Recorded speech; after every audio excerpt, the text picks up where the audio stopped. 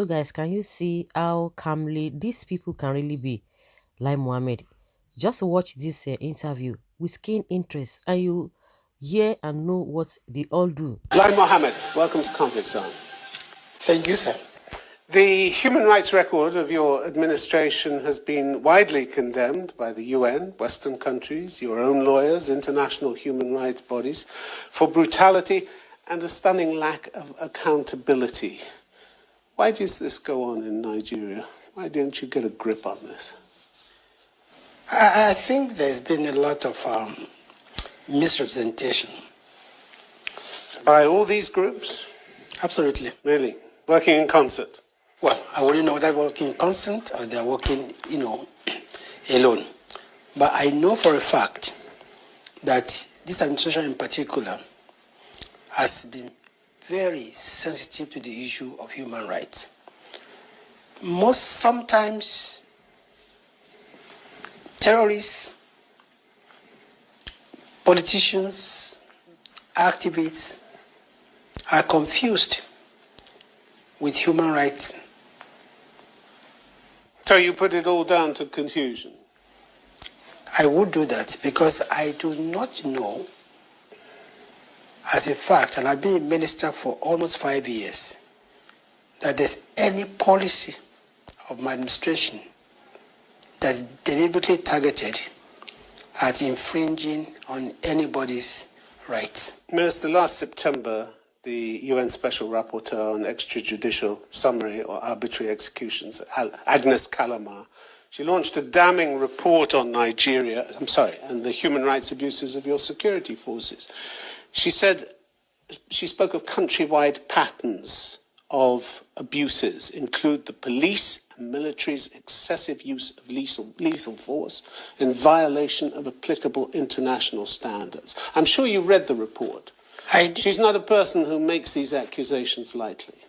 I did, but I would have been much more impressed if examples are given. Now, you must not forget that Nigeria has been locked in a war of attrition with the Boko Haram for almost a decade. And the kind of war we are fighting is a war amongst people. And even then, the military has been very careful to ensure that as much as possible, rights are not violated. Now, I've also read about reports of people who claim that their rights have been violated simply because they have been arrested by any of the security agencies and they've been asked to go through what I call due process. But I know that as a policy, this government does not violate anybody's right. If it's not a matter of policy, why have there been so few investigations? The UN investigator spoke about the absence of effective investigations, the absence of meaningful prosecution, all of which are compounded, she said, by the lack of transparency over the vast majority of security issues. That accusation about lack of transparency and effective communication strategy goes straight to your door, Minister, doesn't it? You are the Minister of Information. Serious criticism here. Well, I know as a fact that several cases of abuse of, rights, especially against soldiers, have not only been investigated, but people have been punished and they've been made public. How many? How many people have been punished? I don't know offhand, but You're the Minister of Information. Well, yes, of course, I can't know everything, but I know that the military also is very jealous of its reputation, and they have set up many, panels, and affected officers have either been dismissed or imprisoned. The International Criminal Court isn't impressed by your record. It says in 2018 there was a reasonable basis to believe that the Nigerian security forces committed the war crimes of murder, torture, cruel treatment, outrages upon personal dignity, and intentionally directing attacks against the civilian population. But you have failed to cooperate with their investigators and failed to provide information that they requested. And if you take these things seriously, and you cannot but take the word of the International Criminal Court seriously, you would have provided that information. Why didn't you? I wouldn't know what information they were asking for that was not provided. But I know that we've been cooperating with every agency, especially when it comes to... But they say they weren't. They weren't getting help from you. They weren't getting the information. I know that the ICC met with the authorities in Nigeria, and we would have no choice then but to cooperate. They've been waiting for years to get your cooperation, and it hasn't come, Minister. Maybe you're out of the loop here. What? Maybe you don't have information about what's going on in your own government. I'm very informed about what goes on in my government, and I'll say, actually, I do take the trouble to ask. And I'm not, like I say again, I'm not aware that we have withdrawn our cooperation from the ICC.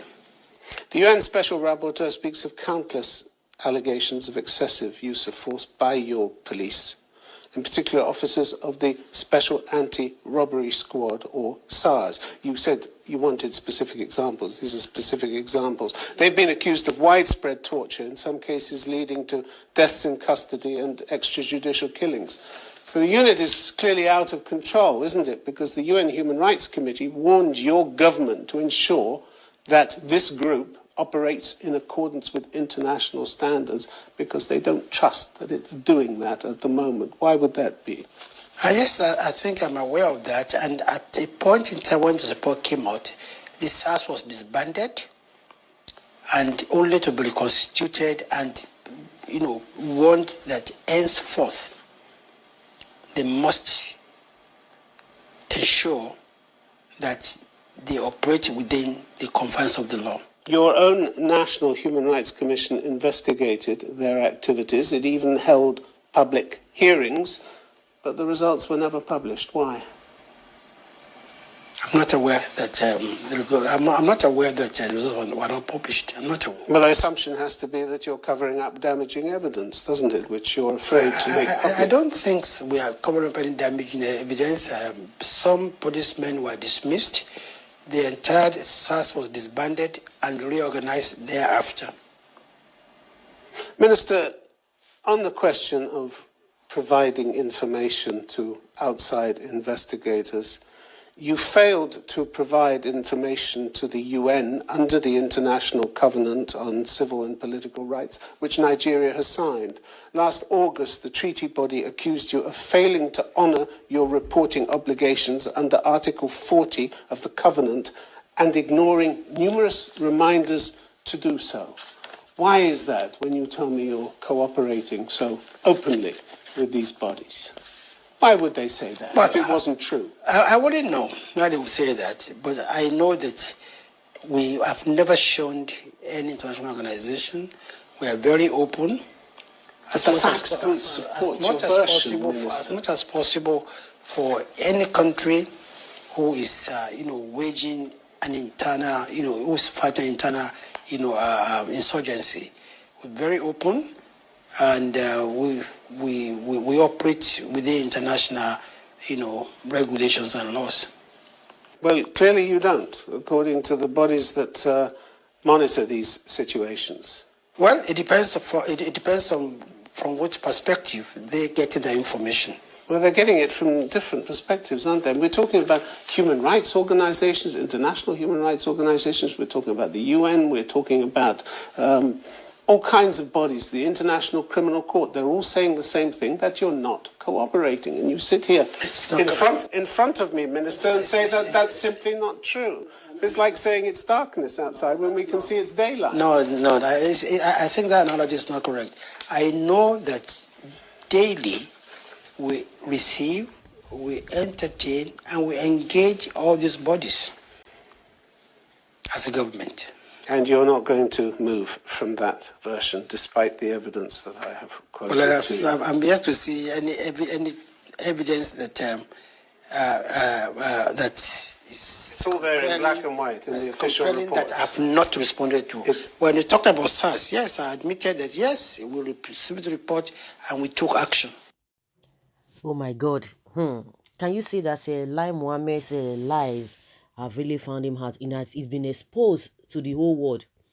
Honestly, when people come out to talk about, oh yes, we are a sovereign country, we are sovereign this, of course we know that we are a sovereign country, a country that you don't expect your citizens to go and be shouting and be talking about calling on international communities. Some people will tell you it is an embarrassment. How can Nigerians be doing that? Of course, we know we are going to solve our problems, because the reason why a lot of people are always calling out to say, oh, international community, come and help us, come and do this and that, because there's a treaty that they've already signed. When it comes to human rights issues, you cannot work in isolation. Nigeria cannot work in isolation. All of these people, they work, they work hand in hand. You can't say, oh, because I'm a sovereign country, because I'm this. Of course, there's an extent at which the international body will come into your affairs. But when it comes to some things, there are some treaties they've signed. There you have to work with other other countries and other communities, because you can't work in isolation. A situation whereby you don't want your citizens to be calling on international communities all the time, you have to do the needful. Somebody was angry that said some people went to write a petition, they went to the UK and they have fixed 23rd or so for hearing. So see what really happened in all of these things that Nigerians have been complaining. Now somebody was just angry. Why should some people go and be doing that? It's an insult. When at home, and some people now came back and said, the only thing that can really make us get headway in all of these things, first, you have to protest if you don't like some things. But another question is that, do they allow you to protest? No, they will not allow you to protest. You see what just happened. Then if you are frustrated, people have complained over the years, over the time, people have complained. The government never did anything. Now, people now say, we can't continue like this. Let us come and protest, even after much talk. Because they will tell you, we have to sit down. We found out that all of this talk here and there, they are just deceiving Nigerians. They are not ready to do anything. But you can see like Mohammed's posture there. He was so calm. But you can imagine when it was any little thing, he will say, oh, I'm not aware of it, which is blatant lies. He will tell you, when the man will ask him, he will say, I'm not aware of it. But you can imagine if it were to be our local journalists that were asking him questions, you will see the way he will be shaking his body, he will be vibrating, he will be blowing hot air like this and that. But see, you don't see Oyibo man now, he don't quiet. He just calm. The ones that he knows that the lies are exposed, he will tell you, I'm not aware of it. And the man was asking him, how can you tell us that you are not aware? You are the Minister of Information. The man said, you see, if they go outside there, you know that the day is bright. You can't tell us the day is dark. And that is exactly what they are doing in Nigeria. This issue of a CNN report, he was making mad. I'm sure if this man had asked him that, you said you are going to sue, or this thing, you are suggesting that CNN should be sanctioned, you will see that his language will change, his posture will change, his body language will change, he will be cooperating. The man say, this is, if we go out there, the day is bright. You can't tell anybody otherwise that the day is dark. It's there, you can see. And that is exactly what they are doing to us. They will tell you this, they will tell you that, when it is glaring that you can see that these guys are lying. With this issue of NSAS and this report that happened in Lekki, we now know that these people, they meant what, they know what they are doing, and they know that there's nothing Nigerians can do, that they are there to oppress us, they are there to do anything. See, like Mohammed, though, see the way they talk like a gentleman. But if not Nigeria now, you go there, oh my goodness. Unfortunately, these guys were on top of the matter before they came on board. They were all over the place. They were happy, this and that. No wonder Friday was telling him, he threw this thing back at him, that during Jonathan's time, when the same CNN were criticizing Goodluck Jonathan, you were happy, you were jumping. But now you are doing wrong thing. You don't want to be criticized. It's not going to happen. His lies are found him out in the public. See the way he's just fidgeting. See the way he's G3. See like Mohammed G3. Who are they working for? The same Buhari? I wish they can even interview Buhari. Let Buhari come, because he's even hiding. He's even hiding. They will say he's the president. The president, the big man president that cannot even come out and talk. They are so high up there. They cannot talk to the people. So, guys, I just want to know what you think about this interview with the way Lai Mohammed was shaking, was you could see his body postures. It's all about lies. Lies. You will say, oh, it depends on where you are getting your information from. Where are they getting their information from? Something that is glaring to everybody. And this way, the same way you want to be threatening DJ Switch, something is glaring. You are threatening the girl that maybe some people are behind it. Their own is just to occupy seats, to occupy the space without doing anything. Any little thing somebody wants to topple the government, what are you guys doing? What are you hiding? If you do the right thing, nobody, you will not be afraid of that, because you know that you have not brought anything to the table for Nigerian people to see. You have not done that. That's why you're always afraid they want to topple the government. If they don't topple any government, if they want to topple any, if there's any government to be toppled, is it not Buhari's government? The man that cannot even come out and speak, let him come and speak to the people. Even for them to even do live program, they will still be doing pre-recorded live broadcast. And you expect us, you think Nigerians are non-entities. So when people come out and be talking about international community, not that we don't have this thing. There's a place at which they are going to be answerable to even higher authority for the fact that you are doing some things. If it is so, they would have just left them like that. Then why are you going from places to places to be borrowing money? Why are you signing treaties with other countries if you know that you are all alone? You can do everything in isolation. It does not work like that. So guys, leave your comment below and let's have your take on this. Thank you.